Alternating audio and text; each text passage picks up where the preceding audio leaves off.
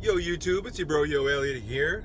Taking a quick ride to go pick up my daughter Emerson from a birthday party, and I wanted to make sure that I hit my streak of getting a video up every other day this week. And I didn't have anything for you because I didn't train this weekend due to the fact that I was in Jacksonville supporting our strength camp ambassadors over there who just opened up a brand new strength camp. We're so proud of them. We had a great turnout. So big shout out to everybody that came.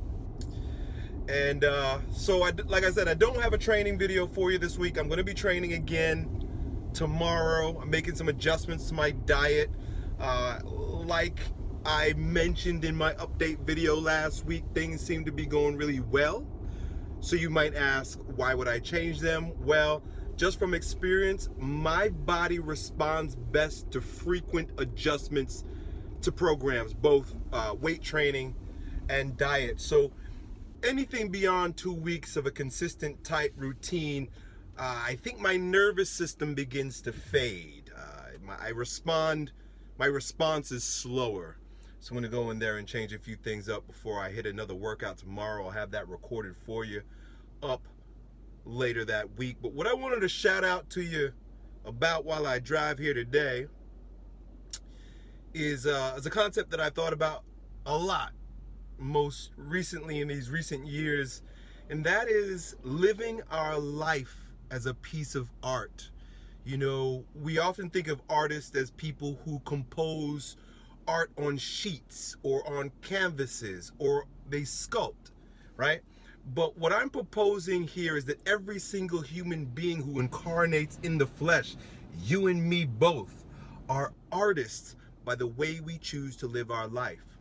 So that would make you consider a few things that make you reconsider a few things with regard to how you live your life, right? Like, so for example, if your life is art, do you want to be a paint by numbers artist, right? Like, is that truly art?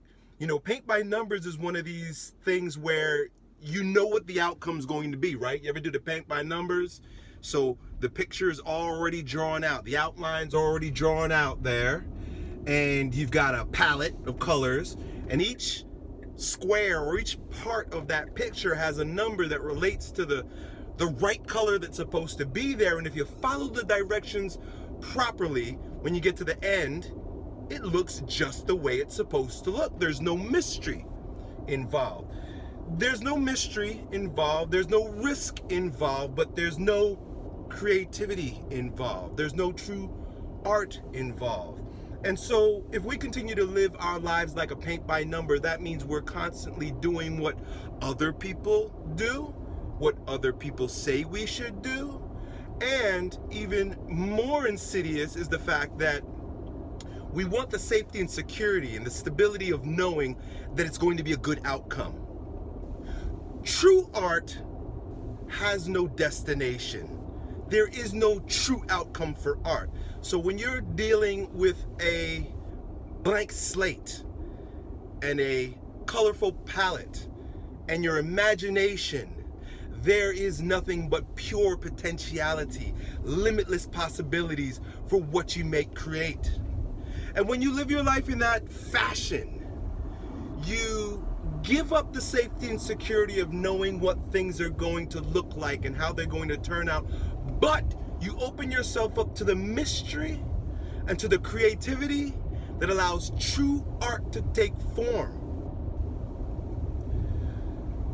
When we live our lives like true artists, or treat our life like it's a canvas, you know, from the time you become conscious of yourself and start making self-directed decisions to the day you die, every single act, every single decision you make, every single woman you make love to, every single job you take, every single investment you make is like adding a swipe of a color to that canvas. And with that allows us to be conscious of the choices that we make, but not so that we make the right choices, but so that each choice that produces a color on that canvas is something that further leads to more or further reveals the beauty that's emerging in the art piece of your life. As I'm speaking, I'm reminded of a lecture that I listened to by Alan Watts many years ago when he was speaking about Zen art. And what he spoke about in regards to Zen art were these magnificent art pieces created by Zen artists thousands of years ago. And he mentioned one artist in particular who would follow this particular procedure in order to create his art. He would get drunk. He had long hair. So then what he would do is, after feeling just real tipsy and shit, he'd dip his hair in the paint. He'd get the paint on his hair. And then he'd go like this. And his hair would just put these streaks of colors all over the piece of paint and all over the canvas, and then he would get to work on turning that mess into a piece of art. And as Alan Watts relate, this artist created some of the most beautiful pieces of landscape artistry ever created, but all came from that spontaneous production of wild, unstructured art. So as I pose this to you here today, and as I get closer to my destination, I offer you this, my friends. Where in your life could you maybe color outside the lines a little bit? Where maybe in your life could you not follow the rules? Maybe break the rules, maybe make up your own rules. Not so that you can make the picture correct. Not so that you can have a guaranteed outcome. Not so that you can know what's going to happen on the other end, but so that your life can be a unique piece of art, like one that has never been done before. One that you can't even plan for, like that drunk dude with his hair in the paint.